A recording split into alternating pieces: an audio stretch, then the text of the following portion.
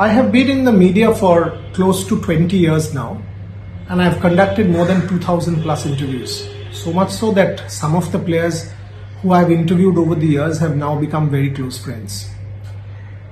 Riddhiman Saha is one I have known for more than 12 years, and I've done many an interview with him, written columns on him, celebrating him, and he has also endorsed my book 11 Gods and a Billion Indians in the past.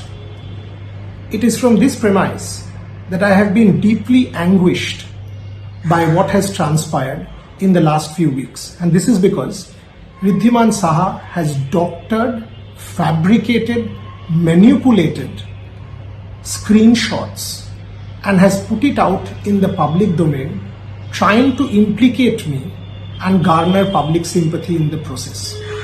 Let me demonstrate in front of all of you how he has doctored the screenshots. Please take a look at my screenshot, which is the real screenshot, and please take a look at what Riddhiman Saha has put out as part of his tweet. You will see that he has deliberately blurred the date, he has deliberately omitted the dates, and he has deliberately inserted a missed call as part of the chat, trying to give people the impression that it is a continuous chat. Tampering number 1. Please check the timing of the missed call. It is 7:30 p.m. The chat above is 10:19. Can a call of 7:30 come after 10:19? All of us know the answer is no. Tampering number 2. If you see closely, zoom in, you will see that he has deliberately blurred the date. In WhatsApp, if you message people on multiple different dates, the date divider comes. See my screenshot and you will know how he has tampered at multiple places so as to give people a completely wrong impression. There are many such cases of tampering as part of this screenshot. Now let me give you the sequence and why he did this. Riddhiman Saha's manager had come to my house on February 1st and we had discussed possibilities of working together.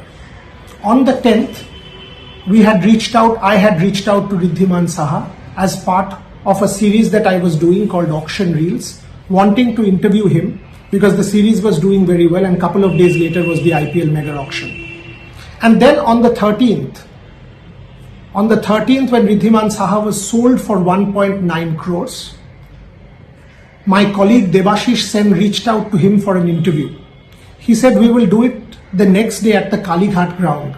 At that point in time, I took the call and requested Riddhiman to do the interview on Zoom, saying I wouldn't be able to go to Kalighat ground the next day, and had also promised him that I will not put out the interview until and unless he had finished his interviews with every media that he wanted to. On listening to this, he promised me that the moment he reached home, he was 15 minutes away, at 8 p.m. he would call me, and moment I sent him the Zoom link, we would record the interview. Please also note, I have known this man for the last 12 years and we are friends. From 8 o'clock onwards, because he had promised, we reached out to him on at least 7-8 occasions trying to call him. At no point in time did he take the call. We kept trying and waited for at least 2.5 hours. Then, from a standpoint of complete disappointment, based on the unprofessional behavior on the part of Riddhiman Saha, who is a friend, feeling completely let down that we had waited for 2.5 hours, I sent him the last message. And again I repeat, it is not part of a continuous chat as he has projected it out to be. Riddhiman says I had threatened him. I had not. If he felt so anguished on that day, he could have easily put out the tweet on the 13th when the message was sent. Actually, it was a day of celebration for him. He had got a bid of 2 crores. He did not put it out on the 13th, 14th, 15th or any day. Rather, he waited till the 19th when he was dropped from the Indian team, doctored the message, manipulated it and put it out in a manner at 10:12 in the night so as to garner public sympathy and play the perfect victim card. May I put it on record, I had not reached out or spoken or messaged Riddhiman Saha for a single time post the 13th. May I also say that there is another very serious aspect to this entire thing, which I am not saying here, but I will put it in front of the BCCI's investigative committee the moment I get an opportunity.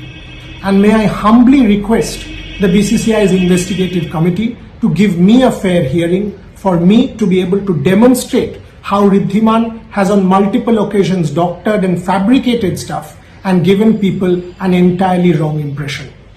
As a result of what he did, me and my family, my 72-year-old mother, my wife and my 8-year-old daughter were mercilessly trolled, heaping abuse on them for days on end.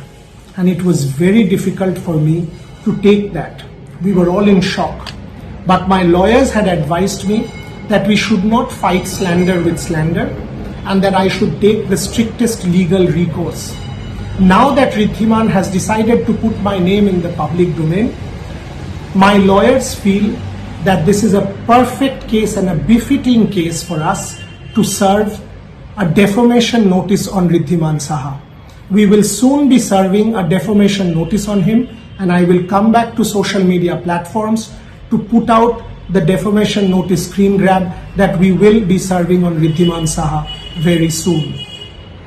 At the same time, I have enough faith in the BCCI's investigation and investigative committee and request them to put out my side of the story.